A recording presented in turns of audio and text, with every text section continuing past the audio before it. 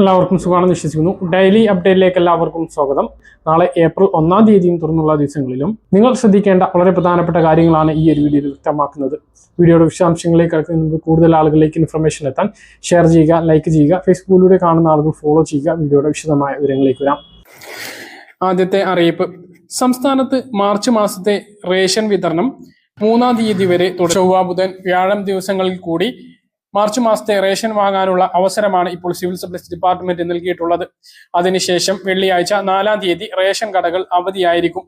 5-ാം തീയതി ശനിയാഴ്ച മുതലാണ് ഏപ്രിൽ മാസത്തെ റേഷൻ വിതരണം ആരംഭിക്കുക. ഏപ്രിൽ മാസത്തിൽ ഓരോ റേഷൻ കാർഡിനും ലഭിക്കുന്ന വിഹിതങ്ങൾ സിവിൽ സപ്ലൈസ് ഡിപ്പാർട്ട്മെന്റ് പ്രഖ്യാപിച്ചു. AAY മഞ്ഞ റേഷൻ കാർഡിന് 30 കിലോ അരിയും 3 കിലോ ഗോതമ്പും സൗജന്യമായും 2 പാക്കറ്റ് ആട്ട 7 രൂപക്കും 1 കിലോ പഞ്ചസാര 27 രൂപക്കും ഏപ്രിൽ മാസത്തിൽ അനുവദിച്ചിട്ടുണ്ട്. PHH പിങ്ക് കാർഡിന് ഓരോ വ്യക്തിക്കും 4 കിലോ വീതം അരിയും ഓരോ കിലോ ഗോതമ്പും സൗജന്യമായും പ്രഖ്യാപിച്ചിട്ടുണ്ട്. കൂടാതെ മൊത്തം ലഭിക്കുന്ന ഗോതമ്പിൽ നിന്നും 3 കിലോ ഗോതമ്പ് കുറച്ച് 3 പാക്കറ്റ് ആട്ട 9 രൂപ നിരക്കിൽ നൽകാനും തീരുമാനിച്ചിട്ടുണ്ട്. NPS നീല റേഷൻ കാർഡുള്ളവർക്ക് കാർഡിലെ ഓരോ അംഗങ്ങൾക്കും 2 കിലോ വീതം അരി 4 രൂപ നിരക്കിൽ ലഭിക്കും. സ്പെഷ്യൽ അരിയായും കൊണ്ട് 3 കിലോ അരി 10 രൂപ 90 പൈസ നിരക്കിലും നീല റേഷൻ കാർഡുള്ളവർക്ക് ലഭിക്കും. NPNS വെള്ള റേഷൻ കാർഡുള്ളവർക്ക് 6 കിലോ അരിയാണ് 10 രൂപ 90 പൈസ നിരക്കിൽ ലഭിക്കുക. NPI ബ്രൗൺ റേഷൻ കാർഡുള്ളവർക്ക് 2 കിലോ അരിയും 10 രൂപ 90 പൈസ നിരക്കിലും ലഭിക്കും. കൂടുതൽ അരിയും പച്ചരിയാവാനാണ് സാധ്യത. ഇതാണ് ഏപ്രിൽ മാസത്തിൽ റേഷൻ കടയിൽ നിന്നും ലഭിക്കുന്ന റേഷൻ വിഹിതങ്ങൾ. ഇതുകൂടാതെ വിഷു, ഈസ്റ്റർ പ്രമാണിച്ച് 10-ാം തീയതി മുതൽ 19-ാം തീയതി വരെ സപ്ലൈകോ ഔട്ട്ലെറ്റുകളിൽ നിന്നും വിഷു ഫെയറുകൾ വഴി വിവിധ സാധനങ്ങൾ 40% വരെ വിലക്കുറവിൽ ലഭിക്കും.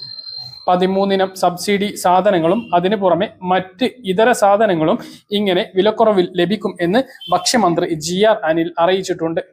ഈ അവസരം പരമാവധി പ്രയോജനപ്പെടുത്തണമെന്നും അദ്ദേഹം പറഞ്ഞു. എല്ലാ ജില്ലാ കേന്ദ്രങ്ങളിലും പ്രധാനപ്പെട്ട സപ്ലൈകോ ഔട്ട്ലെറ്റുകളാണ് ഫെയറുകളായി പ്രവർത്തിക്കുക. സംസ്ഥാനത്ത് മാർച്ച് മാസത്തെ ക്ഷേമ പെൻഷൻ വിതരണം തുടർന്നുകൊണ്ടിരിക്കുകയാണ്. കയ്യിലാണ് ഇപ്പോൾ വിതരണം നടന്നുകൊണ്ടിരിക്കുന്നത്. ഇന്നും ഇന്നലേക്കായിട്ട് ഒരുപാട് ആളുകൾക്ക് ലഭിച്ചിട്ടുണ്ട്. ഇനിയും ലഭിക്കാത്ത ആളുകൾക്ക് 4-ാം തീയതിക്കുള്ളിൽ പെൻഷൻ എത്തിച്ചേരുന്നതാണ്. 4-ന് മുമ്പ് പെൻഷൻ വിതരണം പൂർത്തീകരിക്കണം എന്നാണ് പറഞ്ഞിട്ടുള്ളത്.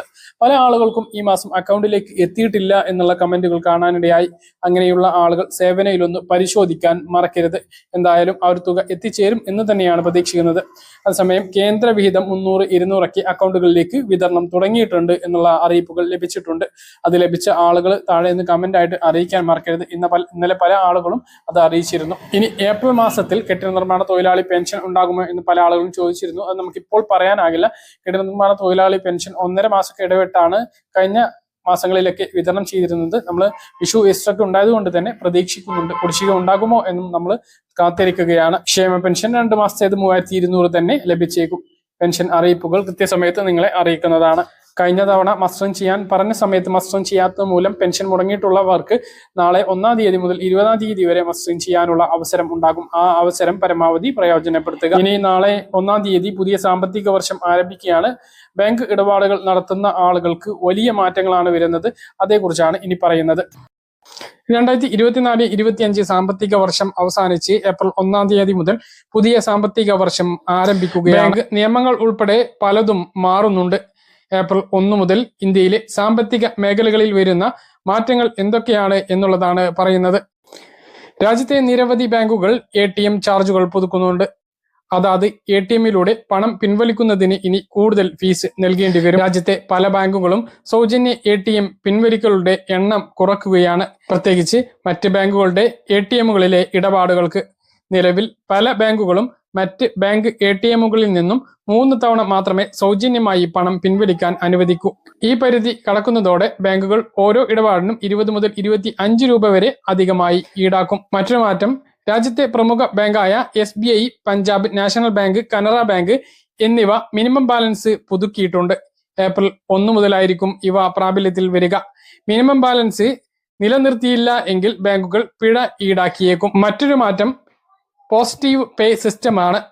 ഇടപാടുകളുടെ സുരക്ഷ വർദ്ധിപ്പിക്കുന്നതിനായി ബാങ്കുകൾ ഇപ്പോൾ പോസിറ്റീവ് പേ സിസ്റ്റം അവതരിപ്പിക്കാൻ ഒരുങ്ങുകയാണ്. 5000 രൂപക്ക് മുകളിലുള്ള ചെക്കുകൾ ഈ രീതിയാകും ഇനി ബാങ്കുകൾ പിന്തുടരുക. ഈ ചെക്കുകൾ മാറ്റുന്നതിന് ഉപഭോക്താക്കൾ ചെക്ക് നമ്പർ തീയതി, പണം സ്വീകരിക്കുന്ന ആളുടെ പേര് തുടങ്ങിയ വിശദാംശങ്ങൾ ആദ്യം നൽകണം. മറ്റൊന്ന്, സേവിങ്സ് അക്കൗണ്ടുകളിലെയും FDകളിലെയും പലിശ. ബാങ്കുകൾ തങ്ങളുടെ സേവിങ്സ് അക്കൗണ്ടുകളും FDകളുടെയും പലിശയിൽ മാറ്റം വരുത്തിയിട്ടുണ്ട്. അതായത് സേവിങ്സ് അക്കൗണ്ട് പലിശ ഇപ്പോൾ അക്കൗണ്ട് ബാലൻസിനെ ആശ്രയിച്ചായിരിക്കും. അതുവഴി ഉയർന്ന ബാലൻസുകൾ, മികച്ച നിരക്കുകൾ നേടാൻ കഴിയും. മറ്റൊന്ന്, ക്രെഡിറ്റ് കാർഡിന് ലഭിക്കുന്ന റിവാർഡുകളാണ്. SBI, IDFC, ഫസ്റ്റ് ബാങ്ക് തുടങ്ങിയ ബാങ്കുകൾ അവരുടെ കോ ബ്രാൻഡ് വിസ്താര ക്രെഡിറ്റ് കാർഡുകളിൽ മാറ്റം വരുത്തുകയാണ്. അതായത് ഈ കാർഡുകളുടെ ടിക്കറ്റ് വൗച്ചറുകൾ, പുതുക്കൽ ആനുകൂല്യങ്ങൾ, മൈൽ സ്റ്റോൺ റിവാർഡുകൾ തുടങ്ങിയ ആനുകൂല്യങ്ങൾ ഏപ്രിൽ 18 മുതൽ നിർത്തലാക്കും. ഏപ്രിൽ മാസത്തിൽ രാജ്യത്ത് 15 ദിവസത്തെ ബാങ്ക് അവധിയാണ് ഉള്ളത്. സംസ്ഥാനങ്ങളുടെ അടിസ്ഥാനത്തിൽ ബാങ്കുകളുടെ അവധി ദിനത്തിൽ വ്യത്യാസം ഉണ്ടാകാം. കേരളത്തിൽ ഞായറാഴ്ചയും 2ാം ശനിയും 4ാമത്തെ ശനിയാഴ്ചയും ബാങ്ക് അവധിയാണ്. ഞായർ, ശനി അവധിക്ക് പുറമെ വിഷു, ഈസ്റ്റർ, ദുഃഖവെള്ളി, പെസഹ വ്യായം എന്നീ അവധികളും സംസ്ഥാനത്തുണ്ടാകും. ഗൂഗിൾ പേ, ഫോൺ പേ, പേടിഎം പോലുള്ള ആപ്പുകൾ ഉപയോഗിച്ച് ഇടപാടുകൾ നടത്തുന്ന രാജ്യത്തെ UPI ഉപഭോക്താക്കൾക്ക് 2025 ഏപ്രിൽ 1 മുതൽ പുതിയ നിയമം പ്രാബല്യത്തിൽ വരികയാണ്. UPIയുമായി ബന്ധിപ്പിച്ചിരിക്കുന്ന മൊബൈൽ നമ്പറുകൾ ഒരു നിശ്ചിത കാലയളവിനുള്ളിൽ സജീവമായിട്ടില്ല എങ്കിൽ ആ നമ്പർ ബാങ്ക് അക്കൗണ്ടുകളിൽ നിന്നും നീക്കം ചെയ്യുകയും UPI ഇടപാടുകൾ തടസ്സപ്പെടുകയും ചെയ്യും. ഈ UPI IDകൾ നീക്കം ചെയ്യാൻ സേവന ദാതാക്കൾക്ക് ഏപ്രിൽ 1 വരെയാണ് സമയം നൽകിയിട്ടുള്ളത്. ഏപ്രിൽ 1 മുതൽ അത്തരം ഉപഭോക്താക്കളുടെ UPI സേവനം ഉപയോഗിക്കാൻ സാധിക്കില്ല. അതായത് നിങ്ങളുടെ ഗൂഗിൾ പേ, ഫോൺ പേ പോലുള്ള UPI അക്കൗണ്ട് നിങ്ങളുടെ ഫോണിൽ സെറ്റ് ചെയ്തിരിക്കുന്നത് സജീവമല്ലാത്ത ഒരു നമ്പർ ഉപയോഗിച്ചാണ് എങ്കിൽ നിങ്ങൾക്ക് ആ UPI ID നീക്കം ചെയ്യാൻ കഴിയും. പിന്നീട് നിങ്ങൾ ഇപ്പോൾ ഉപയോഗിക്കുന്ന മൊബൈൽ നമ്പർ വെച്ച് പുതിയ ID ക്രിയേറ്റ് ചെയ്യാം. National payment corporation of India NPCI പ്രകാരം നിഷ്ക്രിയ മൊബൈൽ നമ്പറുകൾ, UPI IDകൾ ഒരു പ്രധാന സുരക്ഷാ ഭീഷണിയാണ്. ബാങ്കിനെ അറിയിക്കാതെ പോലും നമ്പർ മാറ്റിയ ആളുകൾ ഇതിൽ ഉണ്ട്. ഇത് സാമ്പത്തിക തട്ടിപ്പിന് ഇടയാക്കുന്നു എന്നുള്ളതാണ് വിശദീകരണം. ഇത് ബാങ്ക് അക്കൗണ്ടിൽ സുരക്ഷാ ഭീഷണി നേരിടേണ്ടി വന്നേക്കാം. നിങ്ങളുടെ പഴയ മൊബൈൽ നമ്പറുകൾ നിങ്ങളുടെ ബാങ്കുമായി ബന്ധിപ്പിച്ചിട്ടുണ്ട് എങ്കിൽ അത് നിങ്ങളുടെ ബാങ്ക് അക്കൗണ്ട് വിവര ചോർച്ചയ്ക്ക് കാരണമാകും. രാജ്യത്ത് സൈബർ കുറ്റകൃത്യങ്ങൾ അതിവേഗം വർദ്ധിച്ചുകൊണ്ടിരിക്കുന്ന സാഹചര്യത്തിലാണ് national payment corporation of India പുതിയ നിയമം നടപ്പിലാക്കാൻ തീരുമാനിച്ചിട്ടുള്ളത്.